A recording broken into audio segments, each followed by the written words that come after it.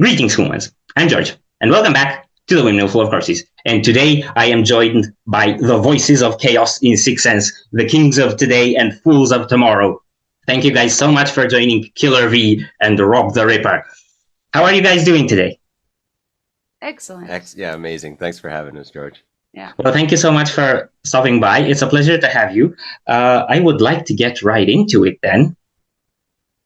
So obviously I'm a massive fanboy, but for everyone at home watching who might not be a massive fanboy yet, who is Sicksense? Who are you? And what's your mission? Ooh. Oh, straight into it. We are taking over. That is our mission. We seriously, a lot of bands just like want to get into this to just do music for the sake of music. But no, honestly, we're just like flat out saying, no, we're here to like take names and kick asses and completely change the heavy music scene, honestly. Okay, so you're going the distance. Yes.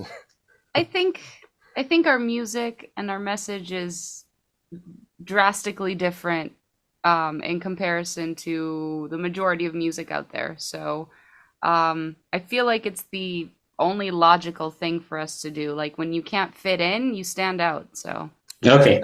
And like I explain it, like really there was like a big shift in the early 90s with the rock music scene. It was like hair metal was like a thing, like it was super fun music and partying and all this and that. And then like grunge came in and it got really sad and depressing. And then there was like the early nu metal stuff kind of like had that vibe as well. And then since then it's been like very like sad themes in the music and like people are like down on themselves and depressed. And we want to come in and be like, look, life is like full of like all these emotions and it's like a roller coaster of it. And like there's more to life than just being sad. You can be sad and go through that and have those songs, but it's like there's also like a light at the end of the tunnel. And that's what we want to bring. That's what we mean by like we really want to change things. So it's like the energy, we want to keep that heavy music and that punk rock mentality, but like have something that's an uplifting alternative to everything else that's going on. And there's phenomenal bands out there going on today, but we just want to be something completely different from that, the complete opposite, and see what happens. And hopefully more people will. We don't want to be that. We are that. Well, there's a difference. Yeah, we are that. It's not like we started Sicksense like, you know, with that mission in mind. It was a natural, organic thing that happened. And we just noticed that what we're doing is very different from everything else out there, but it is who we are, you know? Yeah. Yeah. Okay, awesome. Okay, so I was nervous when we started it, but now I feel like you're best friends because you just read through my mind as to why I connect with your band. So, okay, you did mention nu metal, so that's where I wanted to go next. So as far as genre labels go, nu metal is the closest thing to you as far as I can tell. And what I see happening with trends, because there's a lot of talk about nu metal now resurfacing and so on, but with trends, and this applies to nu metal as well, I feel what happens is it has its time of glory, then kind of goes away, and then it comes back later when people are nostalgic about it, and it's like more lighthearted and fun, and even humoristic. So, kind of, what do you make of that take on the genre, and where does Sicksense fit into that picture? Yeah, so I think this happens in general with genres coming in and out of style. Well, not just music, everything, even clothing, like visuals, just themes in general. They're in style and then they're out of style and then they're back in style. So I think 20 years is a good sort of mark where it's like the nostalgia kicks in and people are like, remember 20 years ago, this was great, let's bring it back, you know? So I'm not surprised. I've been saying for years that nu metal is going to make a comeback. And we've been writing Sicksense music, well, not the music, but like the vocals and the lyrics since like late 2017, 2018. I believe the instrumentals existed for a few years even before that, so we're not new to this. We've been doing this for a while. It's just we had some circumstances with the pandemic as well and like delays in releasing our music, but I think it's for the best because I think we are catching a sort of wave right now with the resurgence of it. And whereas maybe if we released our songs, you know, 5 years ago, they wouldn't have had the response that they're getting today. So I am very grateful for that. And now in terms of like what is Sicksense, like are we a purely nu metal band? Absolutely not. I think we have those elements, like first of all with the rapping vocals, like people hear rapping vocals and heavy music and they're like, oh, it's nu metal right away. But there are so many other elements to our music that don't fall under the nu metal umbrella. And especially some of the newer stuff that we started writing now, it's already a bit of a departure from that, which I think is kind of essential for any artist and music band to do.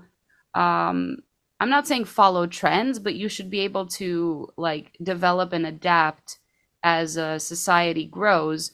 Unless, of course, you're like AC/DC or Iron Maiden or whatever, or you just make the same music over and over again, which is great and it works. And if it's working, no need to change it. But I think for people like us, coming from a different, like wide genre influences and stuff like that, I think it's important to push those like boundaries and kind of experiment and see what we can do. So right now we say we're nu metal because it's the closest thing we can say, but I don't know what people are going to call us, 10 years from now. Yeah, we'll see. And the current songs that we have out are pretty nu metal based. It's pretty straightforward for the most part.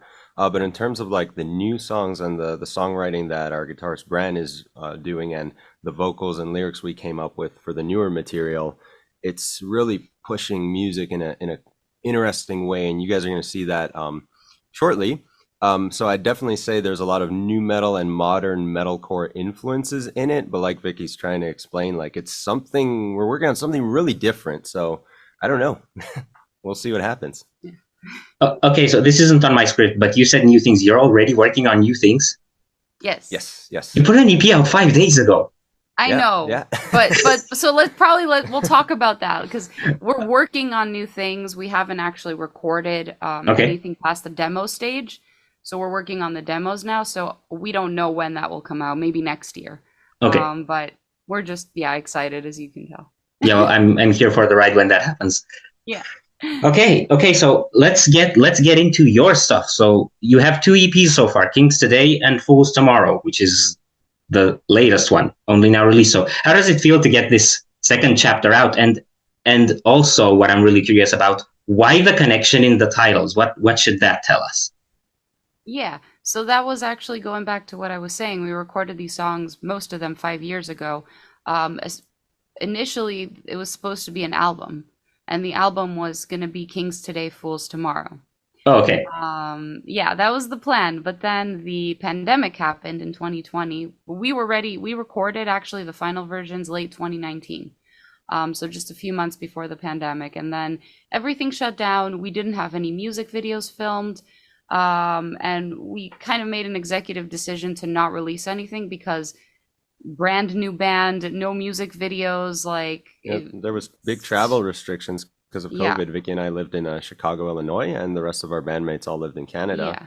And Canada was really, really heavy on the quarantine stuff, and it was just it was impossible. We weren't allowed to go there without a proper reason. So we were either just gonna release as is and kind of hope for the best, or what we decided to do, hold off until be patient. Yeah, things are a bit better. We can film some videos, give it a proper chance, because I think any band starting off, your very first piece of music, to put it out under circumstances like that, probably not the best idea.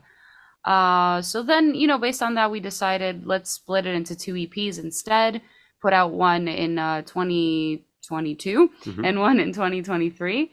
All the years are the same at this point. Yeah, what year are we in? Yeah. And that was the plan. So that's why there's a connection with the lyrical theme and the songs and the mix, the production, all that. They were written around the same time, all recorded together. So I find it cute too that some people are saying that Fools Tomorrow is a step up from Kings Today. And I'm just but they all were written at the same time. So it's cool to see that. But that's some of the songs on Fools Tomorrow were even written before the Kings Today songs that came out. They were all written around the same time. So we just decided to split them in the way we did because we felt those 5 songs respectively each matched each other better. So we put them into 2 separate EPs like that. Yeah, I kind of felt like saying it's a step up too, more so because I feel like Kings Today was closer to textbook Numetal, and this one has more nuance and color and diversity as far as I can tell. Cool. So that's really cool. Okay, so I'm gonna get down into the details with creativity, but first let's take a big picture. So when it comes to writing a song for Sicksense, how does that happen? What's the framework? And how are you guys involved in that? Mm-hmm. Well, every Sicksense song, so far, at least the ones on Kings Today and Fools Tomorrow, it was written by our guitarist Bran. He's the primary songwriter, so he presents us with the instrumentals in the demo format. And then for these particular songs, usually, well, for the most part, I was the one who came in with the lyrics and my vocals at first. And for some of them, I came up with the chorus ideas too. And then Vicky would come in, change the melodies and do her own thing with it or add her lyrics. And that's how we'd write stuff. And then we got Sam later. He was the last guy to join the band. He joined afterwards when, our bassist Sam, SOS. And he added his bass lines after. And then the final touch was Vicky. She'd sprinkle on her keyboard sample stuff on the songs, and then they would be complete. But on Fools Tomorrow, Vicky actually wrote two of the songs pretty much. She wrote Run and Hide and Erase Rewind. So that's why I was always saying before it came out, I'm like, this is the more Vicky oriented record. And really for me, that made me realize like, this isn't just another band that I'm joining or a part of, was when Vicky came up with that bridge section in Feed Them to the Wolves. I was like, ooh, there is something special here. And I get so excited. And like somebody like Bran, he doesn't listen to his own music. But I do. I listen to Sicksense a lot, and it's not for me. It's not like an ego thing. I'm not listening for me. I'm just genuinely excited, and like I love the music my bandmates have created. Like I love Brand's instrumentals. I love Sam's bass. I love Vicky's voice. It's like exceptional. So I get really excited about Sicksense music because of those reasons. Okay, that's making me a lot less self-conscious about the fact that I sometimes watch my own reactions. No, there you go. Enjoy it. Yeah. No, but it makes sense because what you do is really awesome. And when it's a collaborative effort, then you're kind of a piece in a team. So exactly. It's not self-centered. I mean, it doesn't feel that way to me. That's how I take it. Exactly. Yeah. Okay, so you guys are the vocalists, so I want to talk vocals, and we're going to start with Vicky. I want to get you to be a geek about vocals. So one thing that I like very much about your style, and that I've heard you say before, I don't remember if on Twitch or on interviews, is that you value enunciation very much in singing. So why is that, first of all, especially for someone who started in a death metal band, and that's notorious for not being the most intelligible lyrically? And what sort of challenges does it bring integrating that into these sorts of vocals?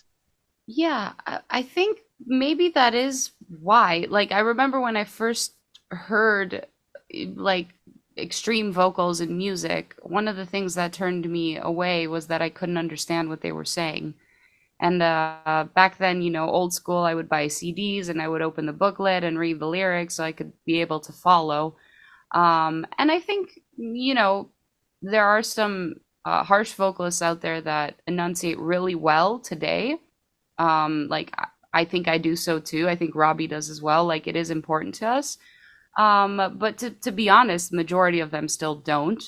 It's gotten better, but it's not, nowhere near as enunciated as I would like it. And I think the simple reason is because I'm just picturing the average fan of music that just plays a song. The first thing that's negative that people have to say about screaming is like, I can't understand what they're saying. This isn't music. So it's like, once we pass that barrier, once you can understand what I'm saying, maybe you'll like it more. Maybe you'll connect. And I think words are important. Like, lyrics really matter to us.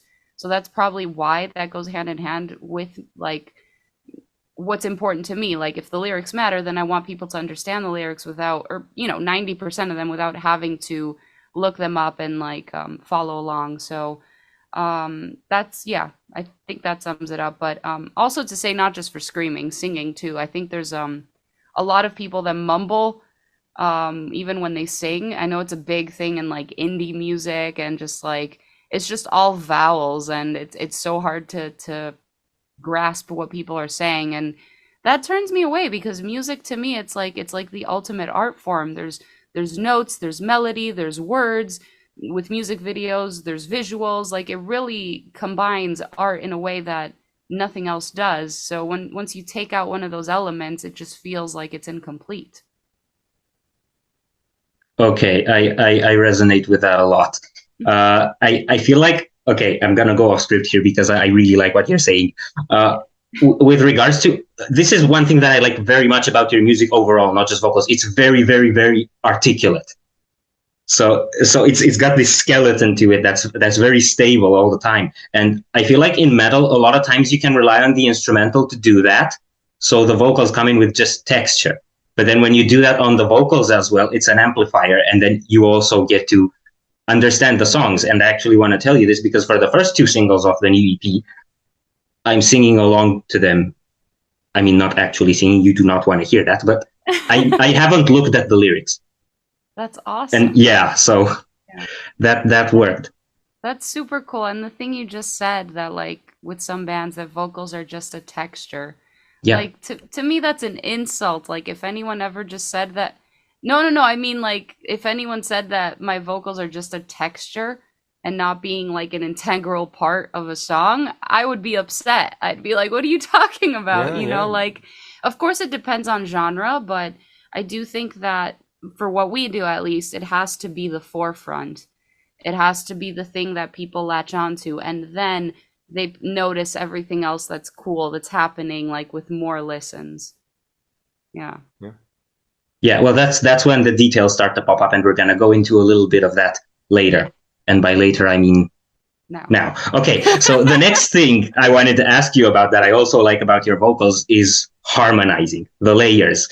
And we've actually had a look into that with a reel you posted about Feed Them to the Wolves. So that's really cool. And I guess I'm just curious about how something like that comes together. How do you know where it's needed? How many layers to put? All these things. It's part knowledge, of course. You know, when you're creating a vocal arrangement with harmonies, it's good to know some music theory. You can't just wing it, because after 1 or 2, let's say, vocal melodies, you're going to start hearing things that don't exactly fit.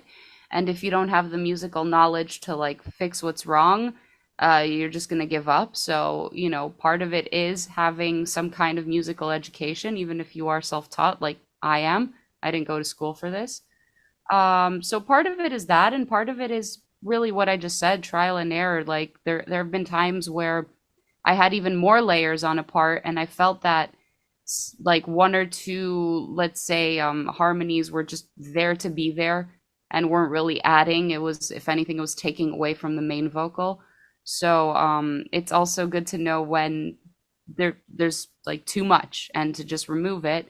And also I think it's about dynamics and about imagination, and that's where you really have fun with it. Because like the easiest thing with a harmony, especially for a chorus, is to just add a third on top of the main vocal, which is like the classic go-to, always works with any genre of music. But when you can start experimenting with like different let's say different octaves, like lower harmonies, higher harmonies, parts where maybe a harmony comes in just for one word, just to accentuate that one word and then leaves, or like different timings and stuff like that. That's where you can really have fun with it. And that's where I think having like a bit of an imagination or inspiration comes into play, because you could study all you want, but that's not going to give you that, I guess, natural talent or imagination. So it's really a mix of both, I think. Mm-hmm. Yeah. Okay, that's really cool.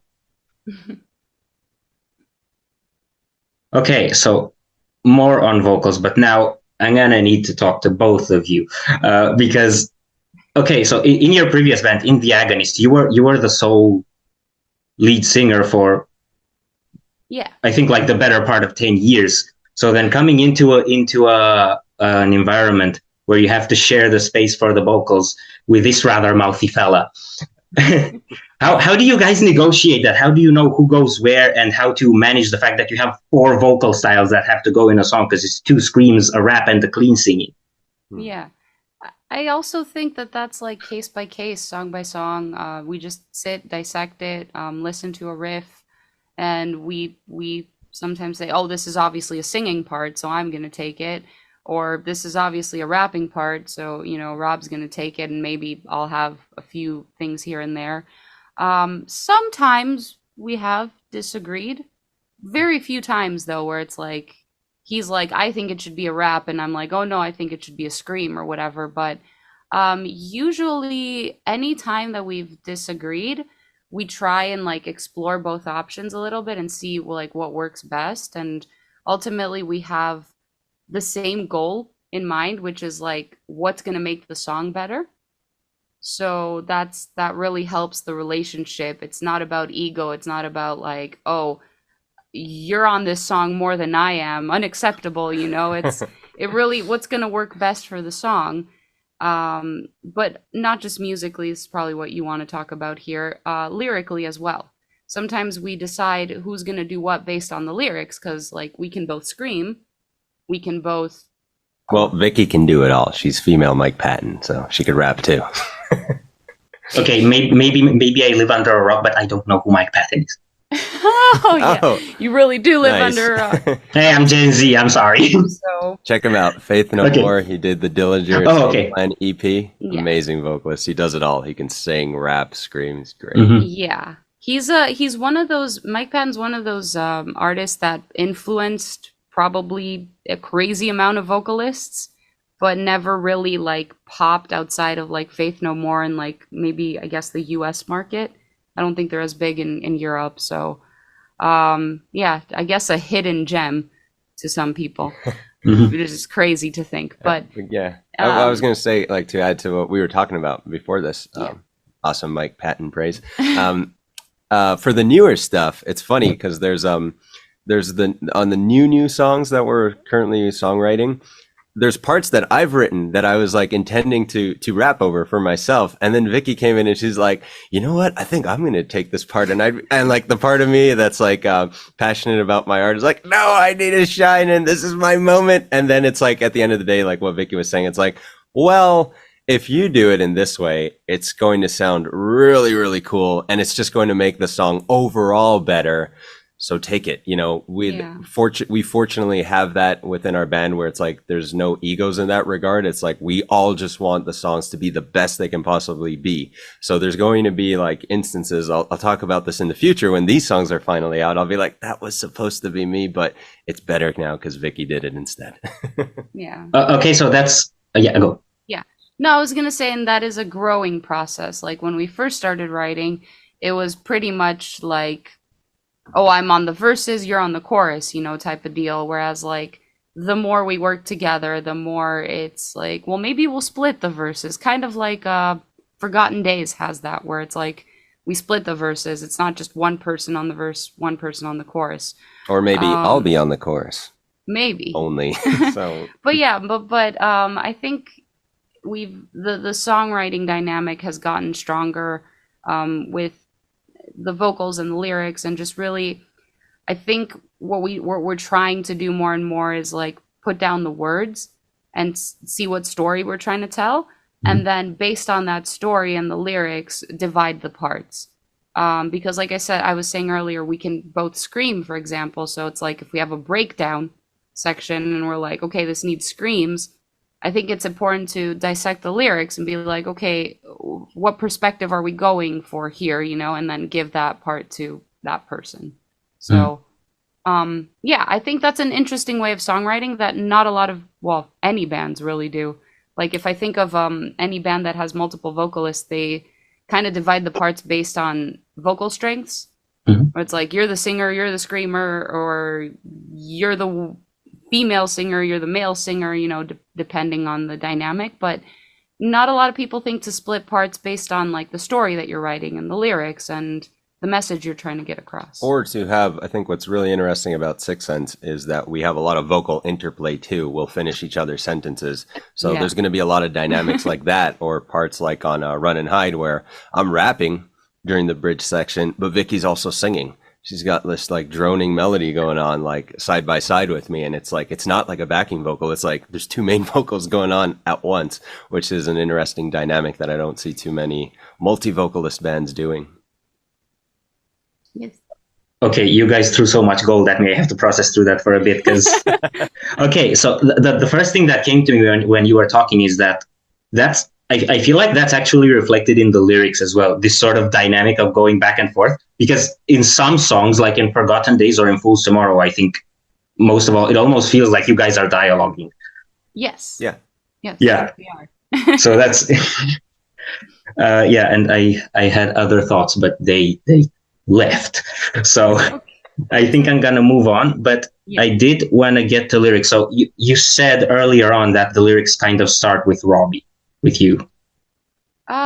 For most of the songs on these two EPs, yeah, he took the lead. For the most part, Yeah. I just think I always had a really good sense with music. Like I get these instrumentals, and it's like I explain it as like they kind of speak to me. It's like whatever like I'm working with, I kind of hear like there's a theme, and it invokes these emotions in me, and it makes me remember things that I either went through or I'm currently going through, or I've seen other people go through that resonated with me, and it brings out these words. And like I'll be like, or like maybe I won't even like write the lyrics at first. Maybe I'll like express it to Vicky like, hey, I think this song should be about this type of topic, and let's explore that. And that's how we write. So yeah, but just like what happened with these EPs, I happened to write the lyrics for the most part, because at that time Vicky was also really busy with The Agonist. I believe she was working on the Orphans record too. Yeah. So I just took the lead. I didn't have anything going on for myself really at the time, and I love writing music. Like and we've been sitting on a lot of these like Sicksense songs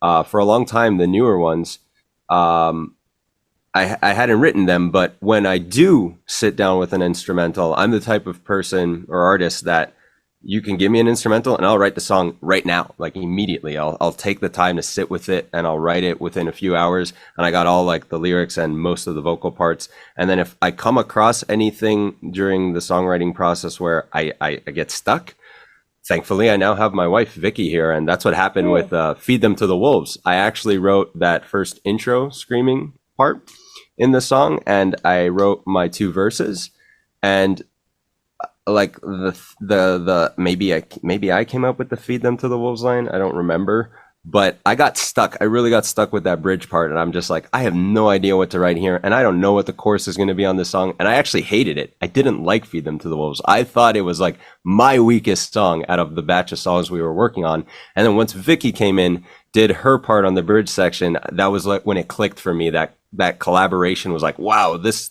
collaborating is really a magical thing. And I felt like it's my favorite song now out of like all 10 songs that we put out. Yeah. I mean, this goes back to what we said about just working together for like the common goal to write the best song we can write. Not just lyrically, but like with our bandmates as well. And I think not everyone's the same. I know some people that like to have full control over writing and just do everything themselves, like instrumentals, lyrics, vocal melodies, like, but I can't ever picture being a part of that band. Like I can't picture just being the vocalist in a band and someone else tells me what to sing about. That would just be so depressing. And I think most musicians in metal, at least, in heavier genres of music, are like that they long for this like collaboration that can be a beautiful collaboration, which can be very hard to achieve because you hear stories about bands like butting heads all the time, or sometimes they like air their dirty laundry on the internet, or they break up, or over stuff like that, where it's just like it's them being in the band is more about their personal ego instead of like writing a beautiful song. And I think with Sicksense, what we've achieved with the lineup that we have is that we all acknowledge each other's strengths, but we also acknowledge that like no single person is better than the other person. Like we all bring something to the table, and we're able to collaborate in a way that truly creates like the best music through that. It's not about what I want only, it's about what we all want. So and one thing that's really cool is that like both Bran and Sam, like when we were playing shows just now or like filming videos or whatever, they're like rapping along to the lyrics and singing along to the chorus, which is like, I don't really see that often, like instrumentalist guitar players, bassists, like knowing all the lyrics to the song. Like that just doesn't happen. A lot of them just focus on their own like parts. So I think that's a testament to like how much we all enjoy the music we're creating. Yeah. Okay, you guys are the most wholesome metal band I know. Yes. That's so cool. Okay, so that actually made me think, when I get stuck on a university assignment, I wish I had someone to pick it up. Like you said, Vicky picked up that chorus. Yeah. It's so that's really cool. And there's another thing that you said that got me thinking. You said you can like write a song in 2-3 hours lyrically. Yeah. Your songs have a lot of words. Yeah. Like a lot. It was just I don't know how, like, and like I was just talking to Vicky about this last night. Like I feel like a lot of talent is like something people have to really work on. It's like a skill you develop. Like I think for like my screaming and my rapping and just performing and being in rhythm, I really had to work on these things. It wasn't just like boom, oh, I'm amazing at it.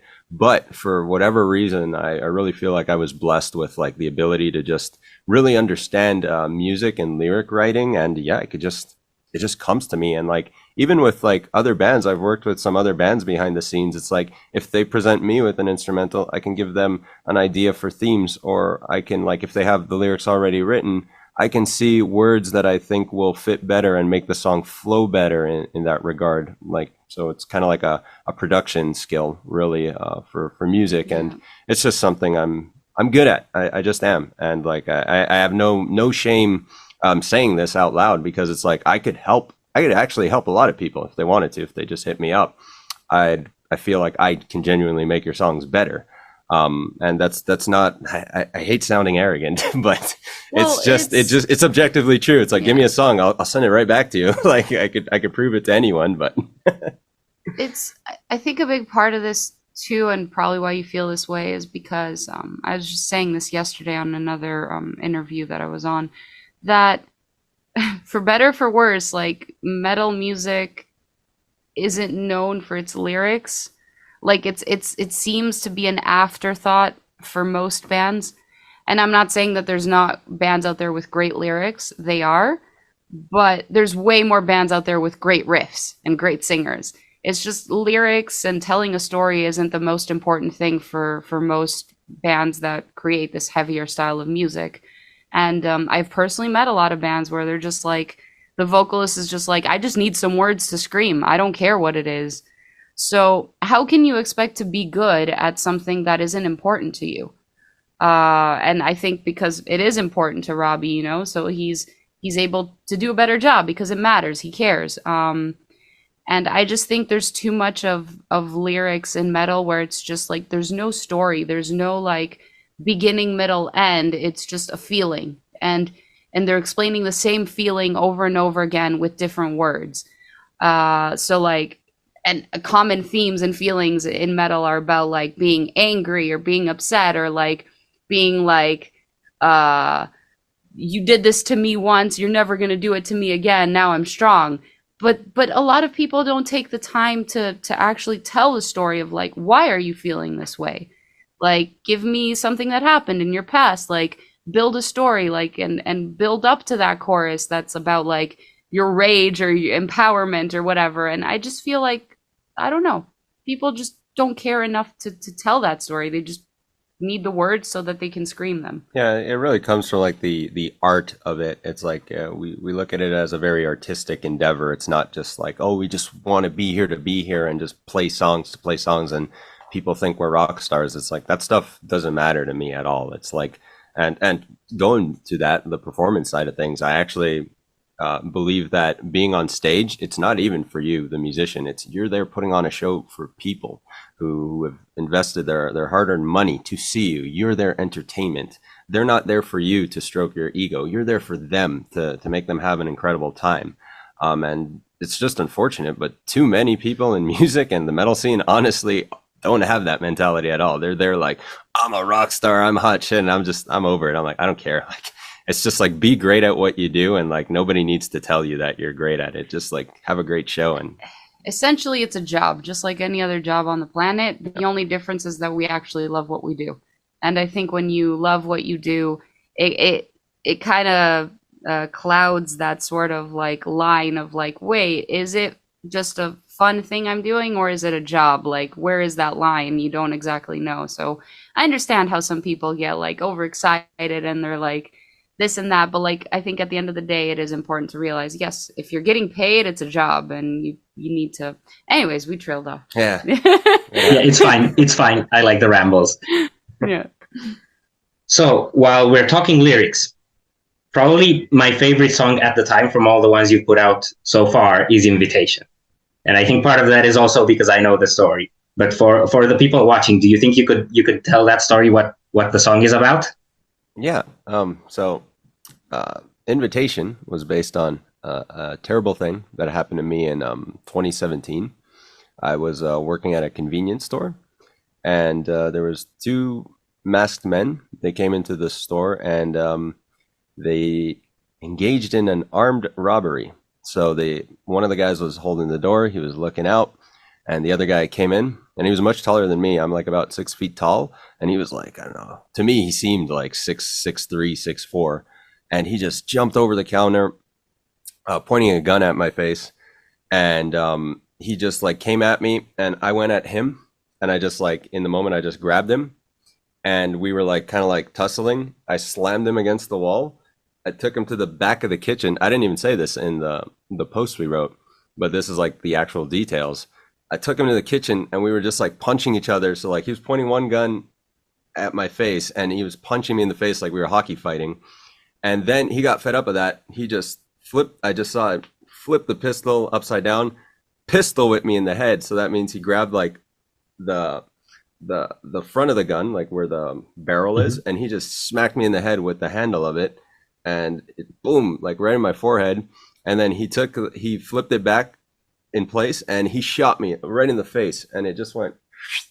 I just like felt the bullet graze me, and I thought he shot my ear, because like I was bleeding. There was like blood just like dripping in my eyes. And while this happened, I pissed my pants. It was a horrifying experience. I'm like, and it's like one of those things where people are like, oh, your life flashes before your eyes when you die, and it's like.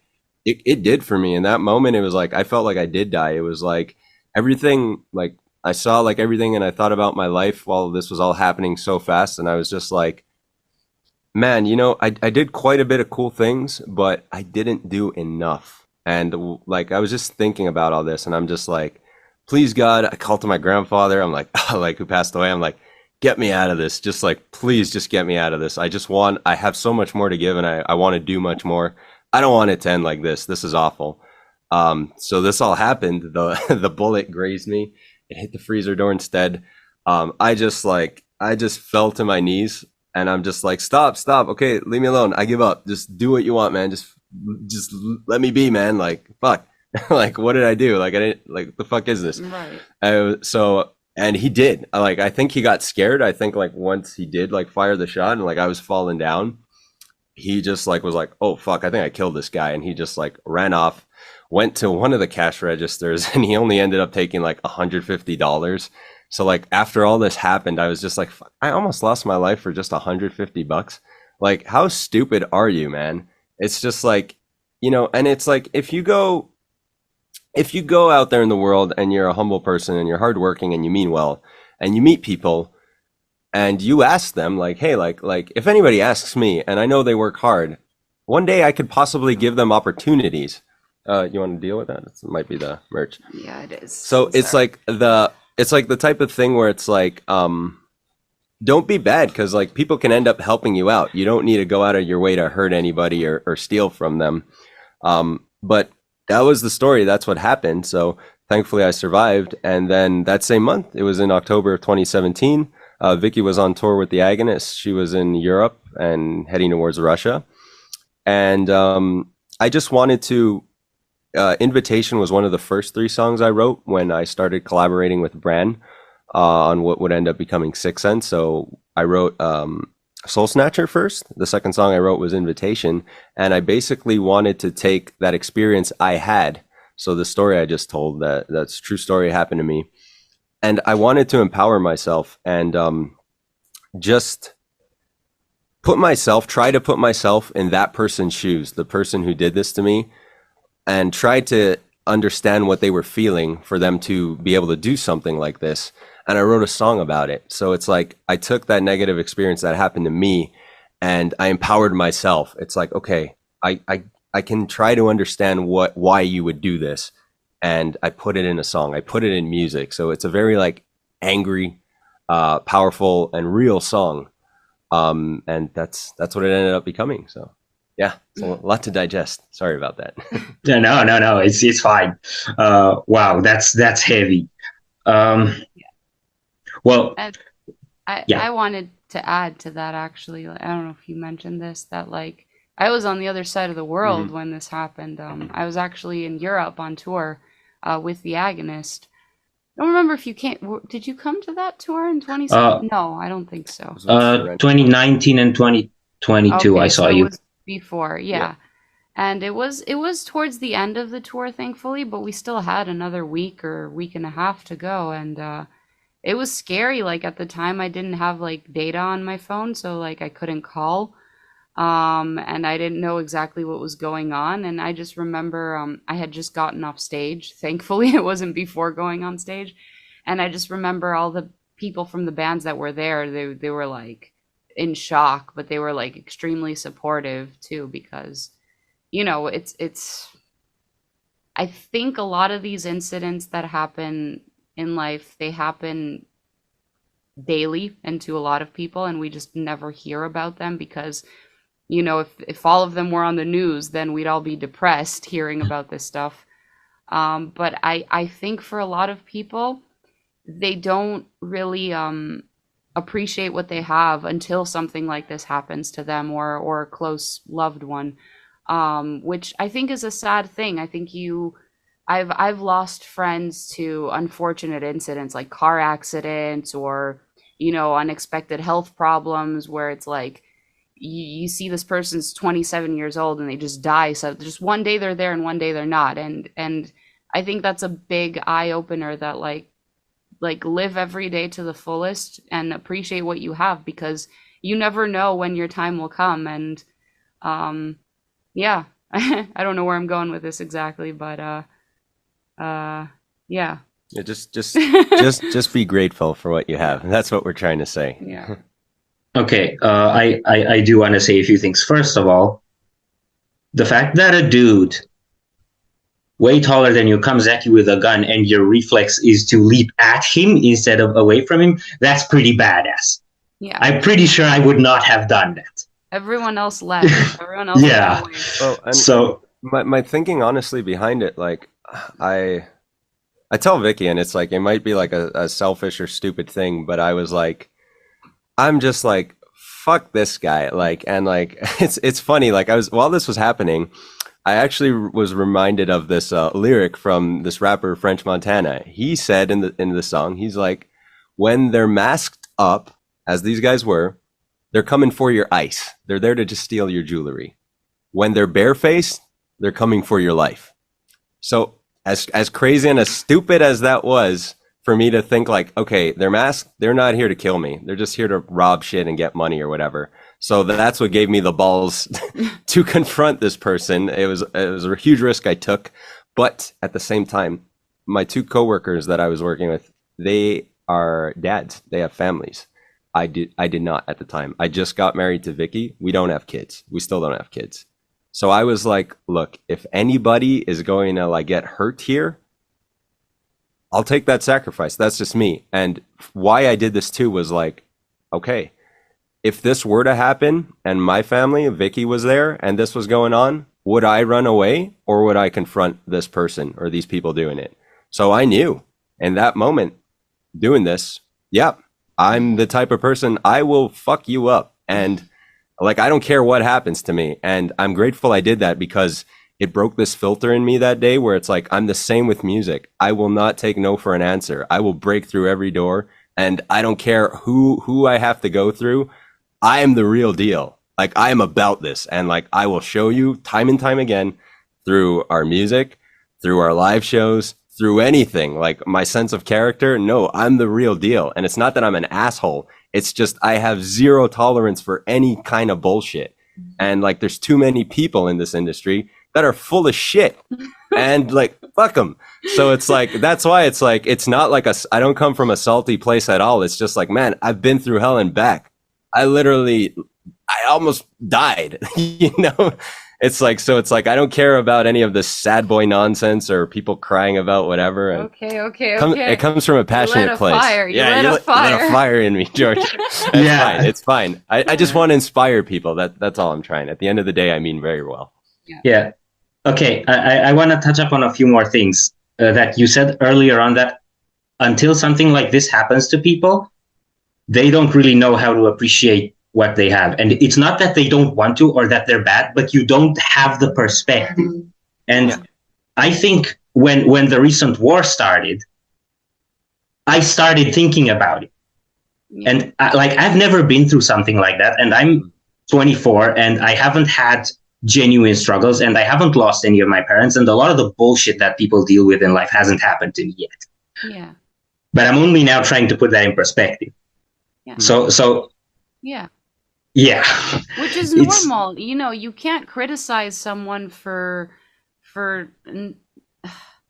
oh, you haven't been through enough difficult things in life, therefore you don't matter, or anything like that. It's like, we all have different circumstances, and if someone went through a lot more difficult times, it's unfortunate, and it's great that they can make something good out of it, but they certainly shouldn't feel a sense of superiority over someone that hasn't had struggles in life. Yeah. I think the sense of superiority only kicks in if the person that has had an easy life comes at you, you know. Then I think you have every right to be like, well, what do you know? What have you gone through in life, you know?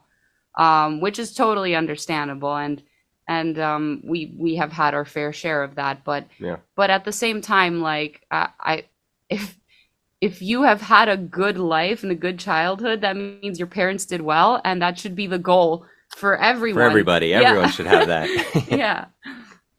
Yeah. Okay. So that's kind of the part that I've had to struggle with. Yeah. So, you know, thanks for sharing all that. That's really cool. I think we're gonna try to move on. But I really appreciate it. I didn't really intend this to get so personal, but I wouldn't have it any other way. So back to the song though, because that's where we started.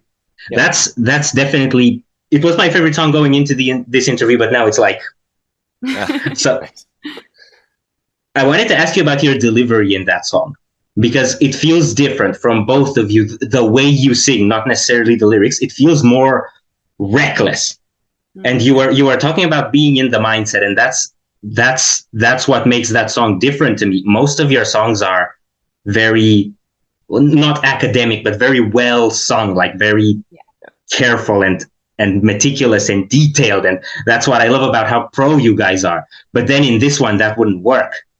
So going into writing and recording this song, how are you thinking about how it should end up, and how does that influence the way you're actually writing and recording?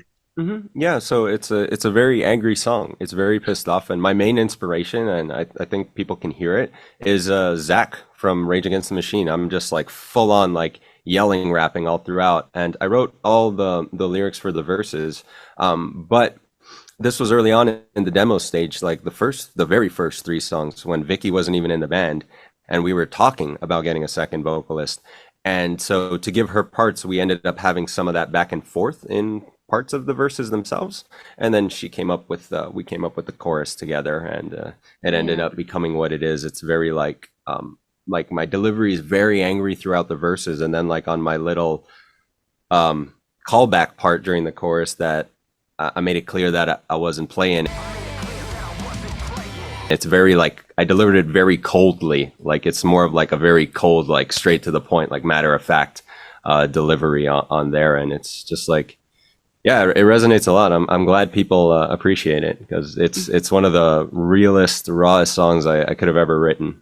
Yeah. Yeah, and then another. Yeah, go. Oh, I was gonna say about my delivery on the song too. I feel like it is different. I feel like the rap parts that Robbie gave me, my attitude is more like a snarky sort of Joker and Harley Quinn type of vibe, yeah, like Bonnie and Clyde type of song. yeah, which I felt fit the theme really well. And I think when you're rapping too, it has to come from a genuine place. I think a lot of female rappers just try really hard to sound like tough, and then it falls short because it's like you're not this person. Whereas me playing someone that's like snarky and sarcastic, like that is who I am. So it just translates really well because it comes from a real place. And it also like adds a little bit of a lighthearted touch to the song, where you snap out of those really heavy, angry moments for a second and you laugh a little bit, you know, like when I say like I'm the motherfucker that runs this show. It's like it's a moment where like a listener can like laugh for a second, you know, and which is important. Even I don't like it when music is like serious and angry all the time. Like it's good to snap out of it and then go back into it. Yeah, even like the bad experiences, looking back at them, it's like hopefully it's something you can laugh about. Like, you know, that really sucked. That was crazy, but hey, here we are. It's all good. You know, we can talk about it openly. It's fine. Yeah, that's really cool. Yeah, and then for the singing parts, the chorus, the bridge, I think it is different from the rest of the EP. I think I just went for like a more like R&B side of sort of smooth, because this felt like a really rap heavy song, strong hip hop elements. So I'm like, okay, if there's gonna be singing, it should be like the 90s songs that had hip hop and singing, and it's just like a sort of sultry, smooth female voice on the chorus. And because of the lyric theme, you know, you think it's all a game and I'm the one to blame.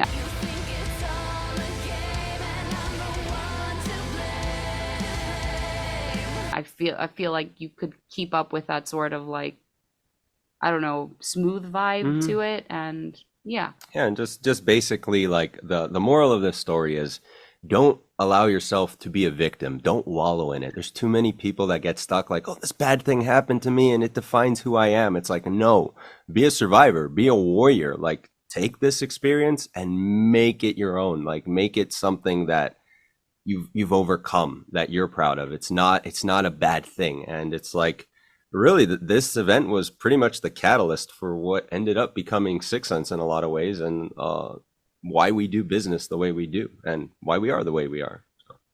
Yes. I have nothing else to say about that. You guys are gold.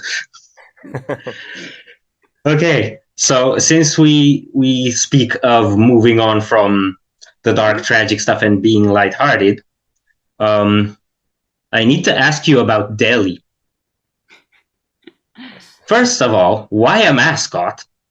What does he represent? And why on God's green earth is he being bullied? That's in the Fool's Tomorrow video. Yeah, it's amazing. Like we didn't think that Deli was going to stick around. Deli was honestly just supposed to be a one-time thing for the Kings Today video. He was like kind of that we just wanted, and he didn't even have to be a bear. It's just like, it could have been like any type of animal we wanted. We wanted that elephant in the room, so to speak, that it's like, yeah, we're all there like having this like measly family dinner together, trying to act like, oh, this is all normal and okay. And then there happens to be this bear, and the bear, it's like with our lyrics where there's double or triple entendres, where it's just like they have multiple meanings. Deli the Bear represents multiple things too. He means a lot. And it's like, it's also the type of thing where it's like, what bear? Is he really there? Is it all in our heads? Or is he actually there? And yeah, he just like represents so many things. He's like that representation of social media, where it's like you have your own problems going on and there's people on the outside looking in, and they're there and they feel like they're a part of it too, and they're not directly involved, but social media somehow involves them in this. And he's just that. He's this representation for us. And people responded to him so well. They loved him so much. And we were just like, hey, wait a minute. We could put him on t-shirts and have this whole lore and identity around him. And it just became what it was. It's like Deli's his own entity now at this point. And it really does help with like visuals too, with filming music videos, because like the discussions we have now isn't just like, oh yeah, we're gonna like look cool and perform, and it's like, no, we have Deli and we can build a story around Deli, which, you know, if you put any other actual physical human being, anyone from the band in it, it might look like odd or cliche or overdone. But now, you know, we have Deli to do the rough work, you know, and put in the hours and do the stuff we don't want to do. So yeah, it's great. And and to answer your question about why he's getting bullied in Fools Tomorrow, it's kind of like I wanted to do this concept where like I'm walking through the hallways and stuff, and like people are like, I'm just like walking by and people are just ignoring me, not noticing me, because it's honestly, that's how it was in high school for me. I honestly had no friends. I didn't like belong to any group. I actually at lunchtime I just sat with the outcast. It was just all the people who had no friends. We were just like, all right, this is all we have. We just got each other. We have no common interests, but I don't want to hang out with those guys or those guys. So you'll do. I just want to be alone, but you guys will do. So that was the concept behind it. And like there was a lot of bullying that I went through in high school too, as well. So that's why Deli's getting bullied. It's kind of just like Deli's an extension of all our personalities, and like he can tell all our stories and reflect them in our music videos. So who knows? Maybe we'll have Bran, Sam Deli stories, Vicky Deli stories happening in the future. We'll see. So we'll see. Yeah, that's what it's about. Yeah, I look forward to it. I really empathize a lot with him. I know he's not even the same species, but yeah. Okay, so we did get into talking about the videos, and there are a couple of details I want to know. First of all, for the Fools Tomorrow video, we did mention this in our reaction for that one, and I kind of want to get it confirmed. At the part where there's a lot of paper flying around, did anyone hit Vicky while you were filming that? No. I don't know. No. Maybe like the back of my head. I can't remember getting hit at any point like in an obvious spot where like it threw me off my performance. Maybe my backside got hit, but I honestly don't remember anything. Like if it did, it didn't distract me, so I didn't notice it. And I did want to say I loved your comparison that you two did, saying that it sounded like it looked like the Kings Today food fight scene as well. And it was like I was like, I didn't even realize we did that. Like yeah. I think that was unintentional. I don't know whose idea it was to start throwing the paper in this classroom, but it's funny that it's like they're both the title tracks too. There's just like stuff getting thrown while Vicky's singing the softer bridge part of the softer chorus, and it's really cool. I think that was coincidental. Like I don't think we intended to do that. That's great. Yeah, that's really surprising because it was so striking to me. It was immediately the thing I thought about. I thought there's no way that isn't intended. Yeah.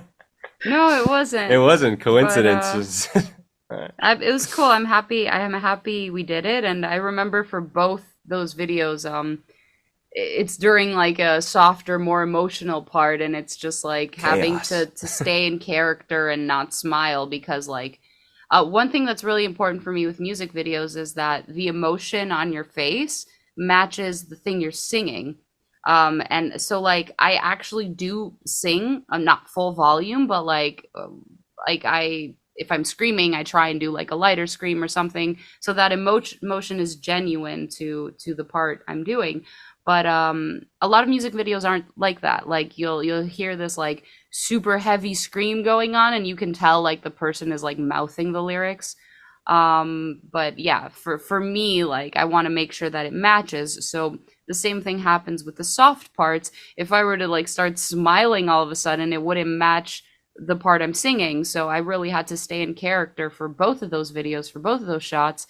And I'm pretty sure like as soon as like, you know, like filming ended and they're like, all right, we got it. Like, I'm pretty sure I bursted out laughing, you know, like for sure.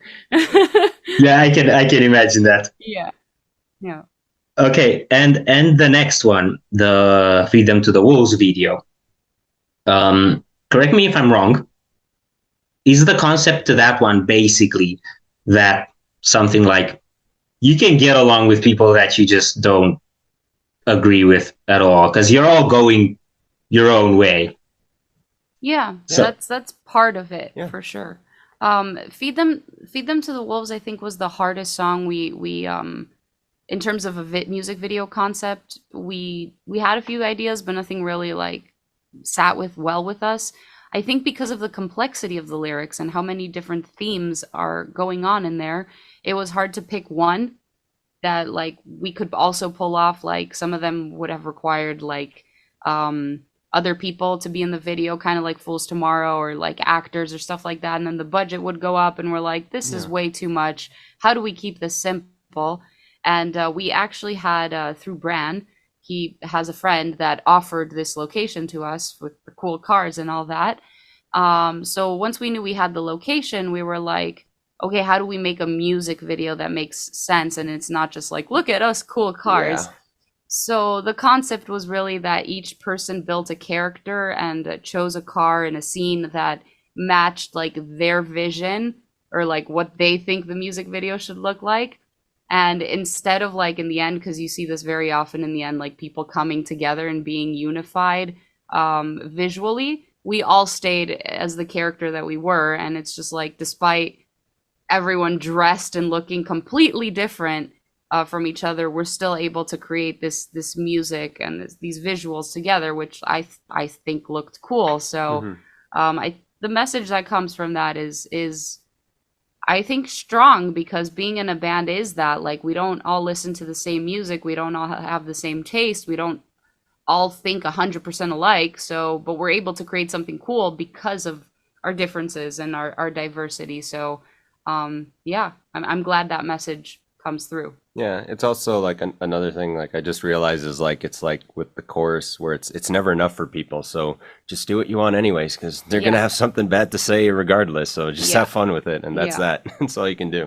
Yeah, it's enough for me. Yeah, yeah. It really is. That was part of the video concept too, because like you know, the chorus really focuses on how like being an artist or an entertainer, your fans, your audience, your following like always has expectations of you, and it makes you feel like you're never doing enough. So like part of the video was like, well, look, we have these like crazy expensive cars and like this should be enough, right? What more do you want? Yeah. Okay, now I feel guilty because then I went and commented on that video and said that I prefer the European cars. So yeah, no, it's fine. It's fine. Those are expensive. They were there. They were there, but we couldn't use a lot of them because they were very pricey, and they didn't fit they didn't fit what we were going for each character too. What was really cool was that like when we showed up, we explained to Brand's friend that let us use the place. We showed him like our individual outfits and like the style we're going for, and he found us like a car that matches. He was like, I know exactly what to get for you guys for each one, and we had to move them manually. It was a lot of work. That was the longest shoot we did too. We got there at maybe like 4 or 5 p.m. and we stayed till like 5 in the morning, like just from having to move all the cars, and we had to wait for like the showroom to be closed to their regular customers so that we can start filming. And we only began filming like at 9 p.m. I'd say. Yeah, we started really late. Got there earlier, and we were there for a long time, and and right before the Agonist European tour, so we were leaving a couple days later. Kels too. Kels was filming all of these, the basis of the Agonist, and it was rough. It was a lot of work. Yeah, I love Kels. I love the style of videos, like both for the Agonist and for Sicksense. They've been awesome. Yeah. And the fact that the Agonists are so dark and then these are so lighthearted and fun, that really speaks to his sort of adaptability. Yeah. Oh yeah. For sure. Super creative, yeah. All right. I think that's it for the videos. Cool. But there's another thing that happened recently, and I want to go to the Kings Today video just to point out that when that video starts, it starts with saying that was the worst gig ever. What was that? Come on, that was the worst gig ever. Well, you've had the first ever gigs, so they're the only ones, so they obviously were the worst ever, but they're also the best ever. Yes. So I want to know, like I wasn't there, but I want to know, how were your first ever gigs with Sicksense? How was the crowd? Was there moshing? Did anyone die? Nobody died, but they, Okay. they were good. They were really good. I think the fact that like we've collectively all been in different bands and have experience, you know, it was Sicksense's first gigs, but it wasn't our individual first gigs. And we already knew that we had like great chemistry and energy and stuff like that. But of course, playing in a music video or rehearsing in a jam room isn't the same as playing to a show, like a show to an audience. So I didn't know exactly how that was going to go, but I think it went really well. And the fact that we only had like 1 week of rehearsing and like we didn't, I think with everyone all together, we rehearsed 3 times total. Yeah. So yeah, 3 times total and 2 different sets. So like it was, I think it's a testament to like at the end of the day, we're professionals and we can pull it off. And was it our best gigs ever? Absolutely not. But if we're starting here, you know, who's to say where we can go with this, like with a bigger stage, with a bigger crowd, like sky's the limit, honestly. Personally, I felt like it was my best gigs ever. Just like I just love the dynamic in this band, and like I've always had fun on stage, but it's like it's especially fulfilling when it's like you're doing it with people you really love and they really love you too, and it's just not, and it's like it wasn't just another gig for us. It was like this is our first time doing this together, and there were so many people there, and a bunch of people came from the United States. One of our people came from the UK to see us, and it was just so amazing. It's like, wow, this is like, and I was telling everyone in the band before the shows, I was just like, look, even if nobody shows up for us because it's our first shows, I just like, I'm gonna go so crazy and just have like the most fun, and I want everybody there to have the best time, even if it was just like the American people who showed up and our one guy from the UK, and just like make it the best time. And it was the best time. And we were so grateful too that so many people showed up, because this is another thing people may not have known, but in Montreal, the Friday show we played, we were competing against Creator and Sepultura. They were playing right down the street from us. Not just them, there were 17 shows in the city that day. Happening that day too, like all bunch of shows, like all these local punk gigs going on. And then the next day, on the Saturday, we were also competing against 40 minutes away. There was Festival du Lac in this town called Granby, which was about 40 minutes away. And that was being headlined by Killswitch Engage and Despised Icon, who are huge in Quebec. So there was a whole bunch of people there. And that's more of our crowd, that more metalcore sound. But we packed the place that we were playing at Turbo House both nights. So same venue, same city, and we ended up packing it. They weren't sold out, but the room was full each night, so we were grateful. Yeah, and for also that. like it is hard to sell out like 2 nights in a row. Like we were well aware that by doing 2 nights, we're splitting the crowd. Maybe if we just did 1 night, it would have been packed, sold out. Some people couldn't get in, but we split it knowing that, you know, it's probably not going to be sold out both nights, but together collectively, it's going to make for a better experience. And there were some people that came to both shows too, a select few. So, I think it went amazingly. Yes, yeah. I kept making the joke that we objectively sold more than Metallica did in their first show ever. Because they didn't start off as an arena band. Nobody starts off as an arena band, Robbie. I mean, for a first show. I mean, you're not wrong. I mean, it's just my dad jokes, I say. Okay. We have 6 minutes before Zoom kicks us out again, and I have 2 questions left, so maybe we can make them a little pronto. Now, I've seen you talk a lot about getting a label. So if an email or something were to pop up now in your inbox, what would it have to say for you to be sold? So it is happening. I'm just going to respond quickly. It is happening. People are reaching out to us, so we are in talks. But for us, it has to be the right deal. And part of it being the right deal is that interpersonal relationship. So it is important to us to meet these people in person and see what they're about. Because I've personally been on 2 different record labels. And my biggest complaint was always how impersonal it felt. And it's understandable if we get signed, we're not going to be the biggest band on the roster. Like we have to prove our worth. But to me, it's important that they prove their worth too. Because we know what we have, and we're not going to settle for anything less. So It is happening now, so if anyone watches this interview and we're not snagged already, we're still open. Our DMs are open, but act fast. Yeah. That's it. Yeah. All right. Sweet. Cool. And last one. And I'm going back to the Kings Today video with this one because I always end the interviews with the questions that I need answers to if I want to be able to sleep at night. So this one's the most important. The video ends with Robby saying, "Who wants pie?" Who wants pie? I need to know. Did you have the pie? Oh yeah, we celebrated with that pie. It was intact the whole video shoot. Nothing went on it. It was miraculous, like how it didn't get any food or anything on it. It was just like pristine, and it just survived. And that's how we came up with the idea to be like, hey, the pie's here. Hey, look, let's make a skit out of this too. Yo, hold up a second. So it wasn't planned that the pie would still be there at the end? No. No, I don't think it was. It was just like We were just chaos. throwing around food, Yeah. and it just like that didn't get messed up, and it was like intact. So we're like, well, Let's do it. a lot of our videos are not planned. Like a lot of the intros, the outros, they're all improvised. Yeah.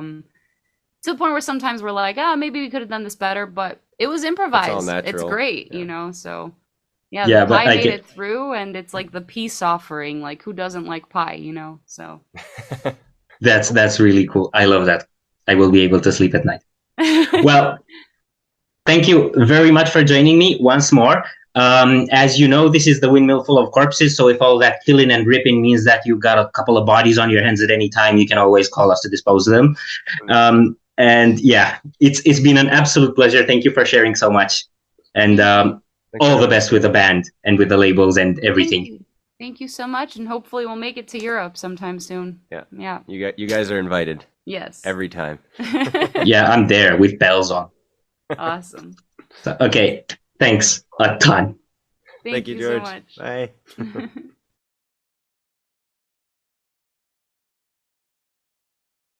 Greetings, humans. I'm Andy.